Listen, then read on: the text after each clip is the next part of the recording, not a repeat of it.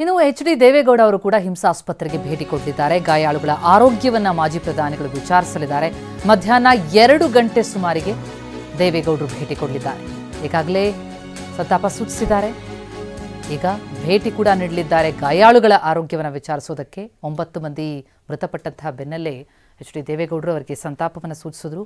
ಈಗ 20ಕ್ಕೂ ಅಧಿಕ ಮಂದಿ ಏನು ಗಾಯಗೊಂಡಿದ್ದಾರೆ, ಆ ಗಾಯಾಳುಗಳ ಆರೋಗ್ಯವನ್ನು ವಿಚಾರಿಸೋದಕ್ಕೆ ಖುದ್ದು ತಾವೇ ಆಸ್ಪತ್ರೆಗೆ ಭೇಟಿ ಕೊಡಲಿದ್ದಾರೆ. ಮಧ್ಯಾಹ್ನ 2 ಗಂಟೆ ಸುಮಾರಿಗೆ ಭೇಟಿ ನೀಡಲಿದ್ದಾರೆ.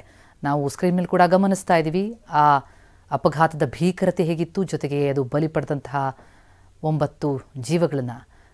ಈಗ ಉಳಿದ ಗಾಯಾಳುಗಳ ಪರಿಸ್ಥಿತಿ ಆಗಲೇ ಕೃಷ್ಣ ಬೈರೇಗೌಡರು ಕೂಡ ವಿವರಿಸ್ತಾ ಇದ್ರು. ಒಬ್ಬ ವ್ಯಕ್ತಿಯ ಸ್ಥಿತಿ ಸ್ವಲ್ಪ ಗಂಭೀರ ಇದೆ, ಇನ್ನು ಉಳಿದವರದು ಕಾಲು ಫ್ರ್ಯಾಕ್ಚರ್ ಆಗಿದೆ, ಕೈಗೆ ಪೆಟ್ಟಾಗಿದೆ, ಇನ್ನು ಕೆಲವರಿಗೆ ಸಣ್ಣ ಪುಟ್ಟ ಗಾಯಗಳಾಗಿದೆ. ಒಟ್ಟಾರೆ 20 ಮಂದಿಗೆ ಎಲ್ಲ ಚಿಕಿತ್ಸೆಯ ವ್ಯವಸ್ಥೆಯನ್ನು ಮಾಡಲಾಗಿದೆ. ಸಮರ್ಪಕವಾದಂತಹ ಚಿಕಿತ್ಸೆ ನೀಡಲಾಗ್ತಾ ಇದೆ ಅಂತ ಸಾಕಷ್ಟು ಜನ ಮುಖಂಡರುಗಳು ಬಂದು ಭೇಟಿಯಾಗಿದ್ದಾರೆ, ಆರೋಗ್ಯ ವಿಚಾರಿಸಿದ್ದಾರೆ. ಮಾಜಿ ಪ್ರಧಾನಿಗಳು ಕೂಡ ಭೇಟಿ ನೀಡಲಿದ್ದಾರೆ ಮಧ್ಯಾಹ್ನ.